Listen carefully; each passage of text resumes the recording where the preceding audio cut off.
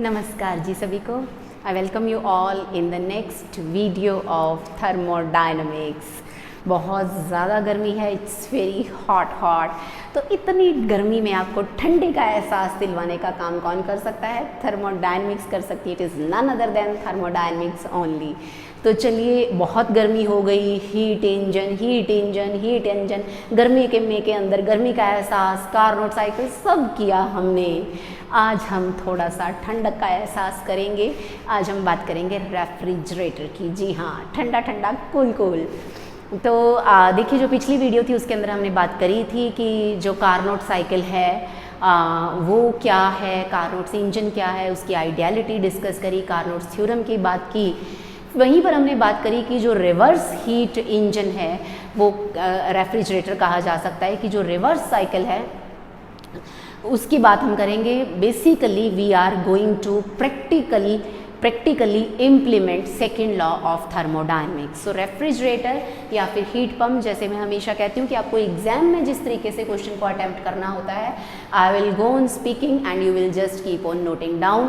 तो आपके टॉपिक्स जो हैं वो तैयार हो जाएंगे, आपके नोट्स जो है रेडीमेड आपके हाथों में होंगे, आपके दिमाग में होंगे, सब कहीं पर होंगे। आपको पेपर में भी लिखने होंगे, फिर मार्क्स भी जो आपके हाथों में होंगे।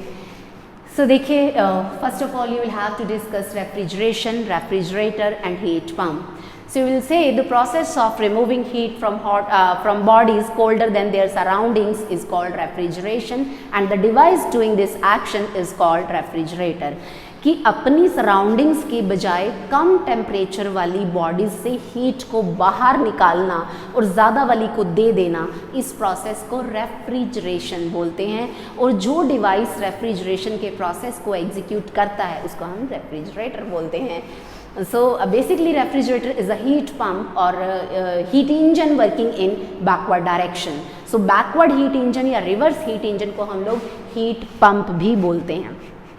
So heat engine extract heat from a cold body and rejects heat to the hot body, and in order to do this, external agency should do work on the system. क्योंकि second law of thermodynamics, चाहे वो Clausius uncle की statement रही हो, kelvin भाई साहब ने कहा हो, किसी ने भी कहा हो, सब ने एक ही बात कही थी कि भैया जो वर्क है अगर आपको उसको हीट में लेकर जाना है, वर्क सारा का सारा हीट में जा सकता है, लेकिन अगर आपको हीट को वर्क में कन्वर्ट करना है तो वह एंटायरली पॉसिबल नहीं है। There is impossible for a self acting machine unaided by an external agency to perform a work none other than extracting heat from a cold body to reject heat to a hot body। कि cold body से heat को लेना और hot body को heat दे देना अपने आप possible नहीं है, एक्सटर्नल एजेंसी को वर्क करना पड़ता है। सो वही हमारा आपका प्यारा सबका हीट इंजन, उसका ब्लॉक डायग्राम में हमारे सामने है। हम लोग वहाँ पर क्या करते थे, एक सोर्स होता था, एक वर्किंग सब्सटेंस होता था, एक सिंक होता था एंड मैकेनिकल पार्ट्स होते थे। और इनका इंटरकनेक्शन ये रहता था कि सोर्स से हीट Q1 ली जाती थी वर्किंग सब्सटेंस के द्वारा, और वर्किंग सब्सटेंस या एक्सपैंड होता था या कॉन्ट्रैक्ट होता था, और उसके बाद वो हमें वर्क परफॉर्म करके दे देता था कुछ, और बाकी बची हुई सारी हीट दे देता था किसको, सिंक को, कि जा ले जा ऐश कर। लेकिन यहाँ पर प्रोसेस और कहानी रिवर्स है, उल्टा चलेंगे। सिंक से हीट को लिया जाएगा, Q2 amount of heat will be extracted from sink by performing external work done by an external agency, and Q1 amount of heat is given to the hot body, जो कि यहाँ पर surroundings रहती हैं। तो ये जो रिवर्स हीट इंजन है इसको हम हीट पंप बोलते हैं, एंड और उसकी जो प्रैक्टिकल यूटिलिटी है हीट पंप की, that is refrigerator.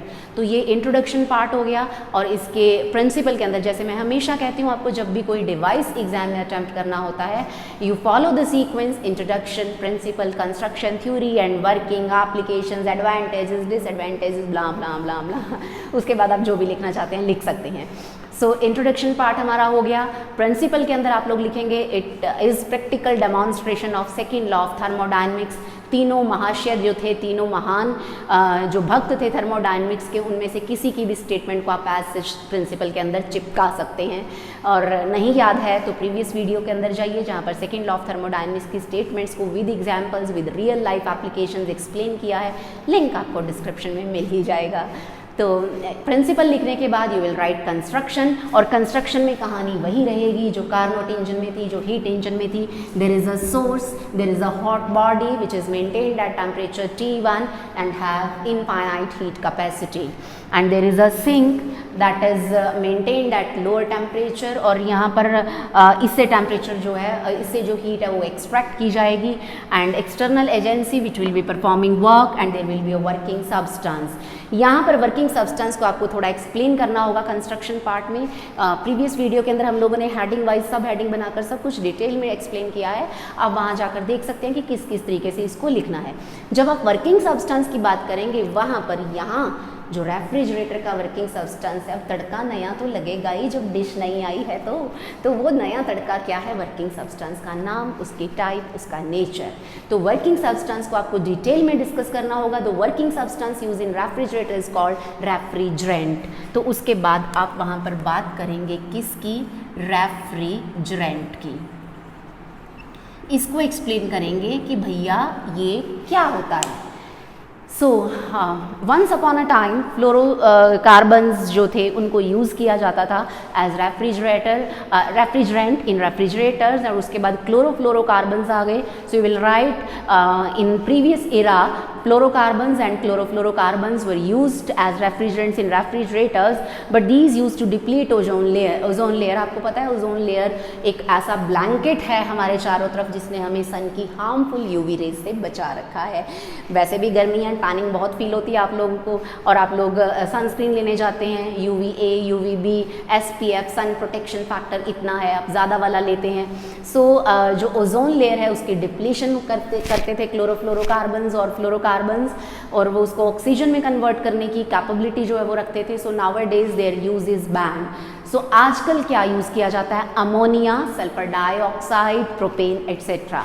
So these days जो रेफ्रिजरेंट्स हैं वो क्या रहते हैं, अमोनिया रहता है, सल्फर डाइऑक्साइड रहता है, सल्फर डाइऑक्साइड, और जो प्रोपेन होती है CH3 CH2 CH2 CH2 CH3 CH3 CH2 CH3 सो जो प्रोपेन रहती है वो आप जो है उसको भी यूज़ कर सकते हैं as refrigerant. Ammonia and sulphur dioxide और propane etcetera are use nowadays as refrigerant in refrigerators. अब ये इसी के अंदर आपको ये भी बताना होता है, क्योंकि भैया ओजोन लेयर हमारे ब्लैंकेट को हमसे छीन लेना, सन के डायरेक्ट कांटेक्ट में हमें ले आना, ऐसी खतरनाक चीज़ जो है हमें उससे बचना पड़ेगा। सो रेफ्रिजरेंट की कुछ प्रॉपर्टीज़ होनी चाहिए, वो भी आपको यहीं पर लिखनी पड़ेंगी। So a refrigerant which is suitable to be used as working substance in a refrigerator must have following properties. तो फर्स्ट प्रॉपर्टी आप क्या कहेंगे, it must be non corrosive to the mechanical components, क्योंकि अंदर वेरियस पार्ट्स हैं, कहीं पर iron लगा है, कहीं पर कोई मेटल और लगा है, कहीं कुछ लगा है, कहीं कुछ लगा, so there are interconnecting parts. So number 1 आपको क्या कहना है कि वो जो है रस्ट प्रूफ होना चाहिए, it must be non corrosive to the mechanical parts, corrosion नहीं होनी चाहिए, and it must be non toxic. वो बात तो पहले ही है कि भैया जहरीला नहीं होना चाहिए, हमें मार दे, आपको मार दे, हमारी अपकमिंग जनरेशन्स के अंदर चेंजेस करने की कोशिश करें, ये नहीं होना चाहिए, एंड ब्लास्ट नहीं हो जाना चाहिए, it must be non flammable,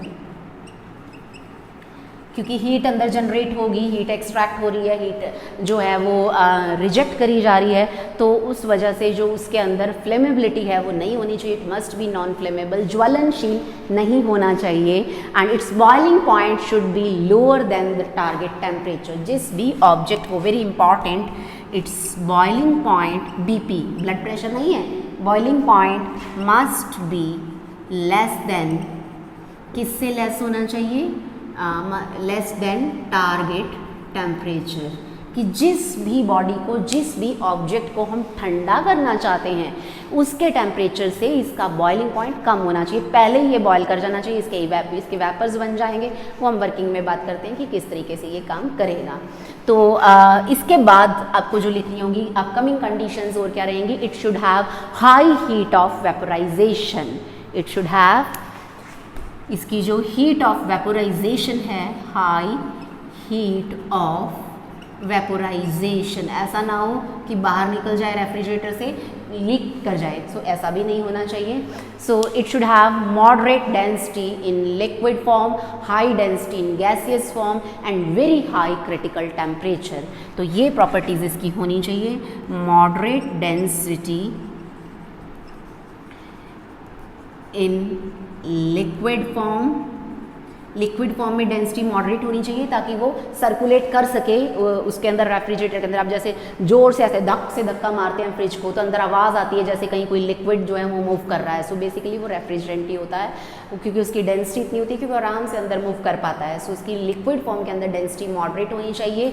gases form में it must be highly dense, so high density in gases form, ताकि जब वो वेपर्स बने, गैस बने, तब बाहर ना निकलने पाए। तो इस वजह से वो भारी हो जाएं, हैवी हो जाएंगे तो बेचारे मोटे को चलना मुश्किल हो जाएगा, मोटे मॉलिक्यूल को, तो वो रेफ्रिजरेटर से बाहर नहीं आ पाएगा, या मैं कहूँ क्योंकि लीकेज के चांसेस जो हैं वो कम हो जाते हैं। And they must have high critical temperature, ये भी बड़ा ज़रूरी है, हाई क्रिटिकल टेम्परेचर होना चाहिए इनका। तो एक रेफ्रिजरेंट है, it must follow all these properties, जो इन सारी प्रॉपर्टीज़ को फॉलो करेगा उसको हम हमारा रेफ्रिजरेंट बना लेंगे, उसको हम रेफ्रिजरेटर में यूज़ कर लेंगे। सो इतना काम जो आपको है वो कहाँ लिखना होता है, कंस्ट्रक्शन के अंदर लिखना होता है। Now we are going to discuss the working of refrigerator. तो मैं इसको इरेज कर देती हूँ, आप यहाँ पर सब हेडिंग दे दीजिएगा वर्किंग का। सो वर्किंग के अंदर हमें बात करनी होगी कि ये जो हीट पंप है या रिवर्स हीट इंजन है, या फिर मैं बात करूं कि हमारा प्यारा आप सबका छोटा सा क्यूट सा fridge, refrigerator, and one important thing, air conditioners भी इसी तरीके से काम करते हैं। Those are also heat pumps और रिवर्स हीट इंजन्स, बिल्कुल सेम उनके अंदर भी रहता है। सो वर्किंग आप हेडिंग देंगे यहाँ पर, you will give heading working. Working के अंदर हम बात करेंगे कि जैसे ही हम लोग वर्क करेंगे ऑन वर्किंग सब्सटेंस, तो जो वर्किंग सब्सटेंस है वो क्या हो जाएगा, वो बॉइलिंग पॉइंट जो है उसका कम होता है, हमें पता है। इट विल स्टार्ट बॉइलिंग, वो बॉइलिंग हो जाए, मैं कहूँ कि बॉयल हो जाएगा, हीटअप हो जाएगा। It will extract heat from the objects that we have kept inside the fridge to cool down. वहाँ से हीट को लेना शुरू कर देगा, वो अपनी फेज को चेंज करना शुरू कर देगा, वेपर्स में जाना शुरू हो जाएगा, और उसके बाद वो हीट जो है वो सारी की सारी किसको रिजेक्ट करता रहेगा, सराउंडिंग्स को रिजेक्ट करता रहेगा, उनको देता रहेगा, और सराउंडिंग्स को देकर खुद से उसकी कंडेंसेशन होकर वो वापस फिर से उसी अपनी लिक्विड फॉर्म के अंदर आ जाता है, और हमारे जो ऑब्जेक्ट्स हैं वो ठंडे हो जाते हैं। सो इसी वजह से आपको शायद ये पता हो, आपने कभी किसी लोअर क्लास में पढ़ा हो या सुना हो कि अगर रेफ्रिजरेटर के दरवाजे को खोल दिया जाए, उसके गेट को खोल दिया जाए, तो उसके डोर को ओपन रख दिया जाए, तो जो रूम है उसका टेम्परेचर बढ़ेगा या कम होगा, ठंडा हो जाएगा या गर्म। आपके दिमाग में जाता है भैया फ्रिज खोल दिया, उसके पास जाके खड़े होंगे तो हमें ठंडा ठंडा एहसास होगा गर्मी के अंदर, लेकिन ऐसा नहीं होता, टेम्परेचर बढ़ जाता है, क्योंकि जिस हीट को सिर्फ बैक साइड से रिजेक्ट होना था सराउंडिंग्स ऑफ, वो फ्रंट से भी होने लगेगी। सो जो रिजेक्शन टू द सराउंडिंग्स का रेट है वो फास्ट हो जाएगा, तो रूम जो है वो गर्म हो जाता है, क्योंकि सराउंडिंग्स को हीट उसने देनी होती है। आपने देखा होगा एसीज जो हैं, आप अगर उनकी बैक साइड पे जहाँ कंप्रेसर्स वगैरह होते हैं, तो वहाँ पर अगर आप खड़े हो तो there is very much heat. जहाँ एसी लगे उस दीवार के आप ऑपोजिट साइड पर जाइए, वहाँ पर बहुत ज़्यादा हीट होती है, क्योंकि वो अंदर वाली सारी हीट निकाल कर भैया बाहर फेंक रहा है, अपने अंदर थोड़ी ले रहा है वो, सो सारी हीट को बाहर फेंक रहा है। So basically by using these gadgets we are creating heat imbalances in our environment है। तो ये पोल्यूशन ही, लेकिन हम नहीं रह सकते इसके बिना, अब मैं क्या ही कहूँ। सो वर्किंग के अंदर आप लोग यही लिखेंगे दैट जो भी मैंने बोला कि by performing work on the working substance, it reaches to its boiling point, it gets heated up, and this heated up working substance will extract heat from the sink or the targets which we are going to cool down, and by taking heat from them it may change its phase, it may get converted into vapors, and these vapors reject heat to the surroundings and again condense to form their liquid state, and the process goes on. सो हम लोग कह सकते हैं कि यहाँ पर जो Q1 है, आप लोग लिखेंगे Q1 is the amount of heat which is transferred to source या which is transferred to surroundings or hot body at temperature T1 with the help of external agency, and Q2 is the amount of heat extracted from the sink. Sink यहाँ पर क्या है, हमारा वो target है जिसको हमें और ठंडा करना है, उसे हीट लेते रहेंगे तो वो और ज़्यादा कूल डाउन होता रहेगा. सो जो हीट Q2 है that is the heat extracted from sink. Then by अगर मैं कहूँ कि energy conservation Q2 plus W is the amount of heat rejected to the hot body. क्योंकि यहाँ से W वर्क परफॉर्म किया गया, यहाँ से Q2 आया, ये दोनों अंदर घुस रहे हैं तो बाहर निकलने वाला इन दोनों का सम ही होगा. सो Q2 plus W, आप लोग जो मैं बोल रही हूँ उसको लिखते जाइए. Q2 plus W is the amount of heat rejected to the hot body and this is equal to Q1. ये Q1 के इक्वल हो जाएगी according to law of conservation of energy या फिर according to first law of thermodynamics. So from first law of thermodynamics या फिर conservation of energy we can say that this heat rejected to source is equal to heat extracted from the sink and work done perform it. तो यही बात वहाँ पर भी होती है, एनर्जी कंजर्वेशन इज देयर कि जितनी हीट ली गई प्लस जितना वर्क किया गया वो सारा किसको दे दिया, ऊपर सोर्स को दे दिया. अब यहाँ पर बात आती है एफिशिएंसी की कि कोई रेफ्रिजरेटर कितना एफिशिएंट है. सो एफिशिएंसी की टर्म जो है वो हम लोग बेसिकली हीट इंजन के अंदर यूज करते हैं. रेफ्रिजरेटर्स या हीट पंप्स के अंदर हम इसकी रिवर्स टर्म लेते हैं, that is coefficient of performance. बात वही रहती है, कहानी वही है, स्टोरी वही है, चाहते वही हैं, हमने नाम बदल दिया है. So coefficient of performance,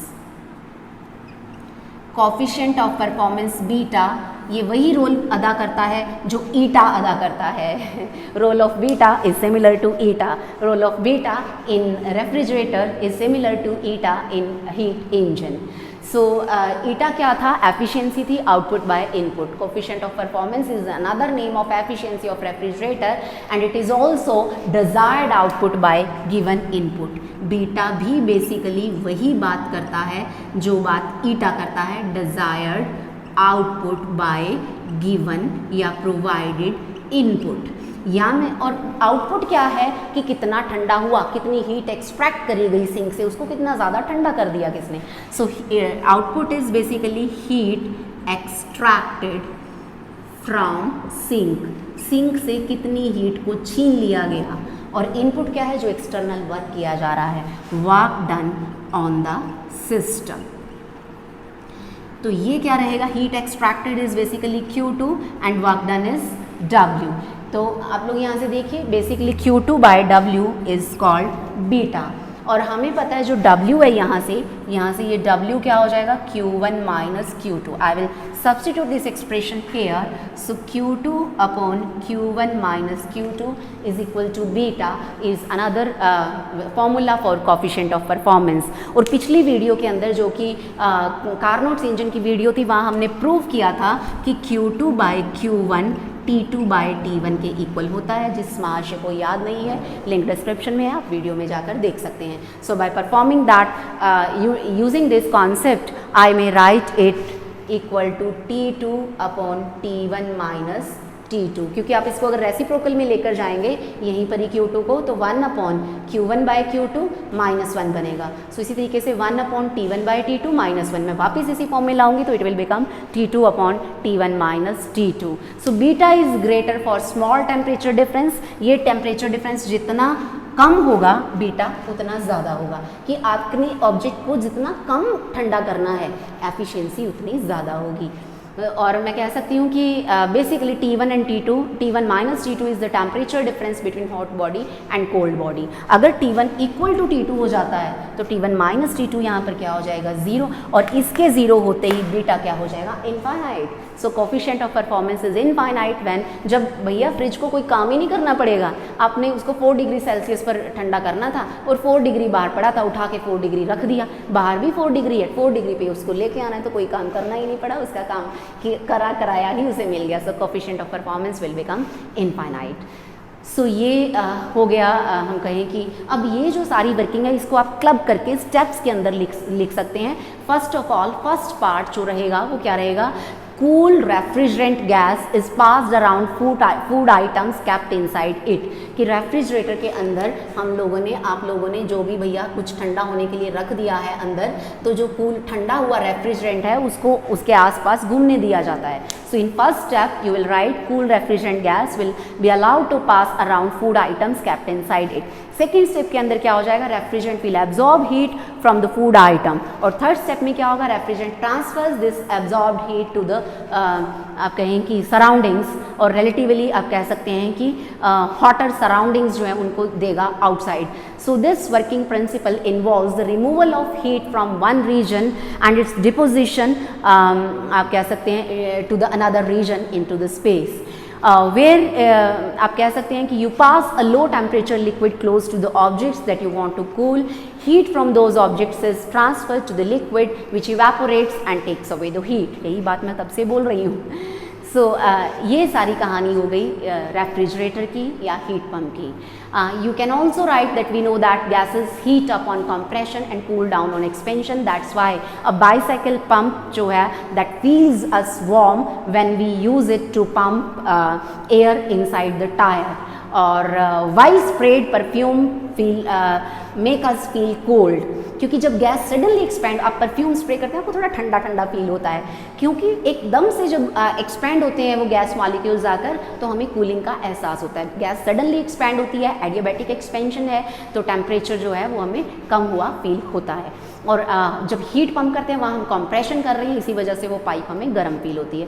so this tendency of gases to become hot when compressed and cool down when they expand is used to cool the stuff inside refrigerator.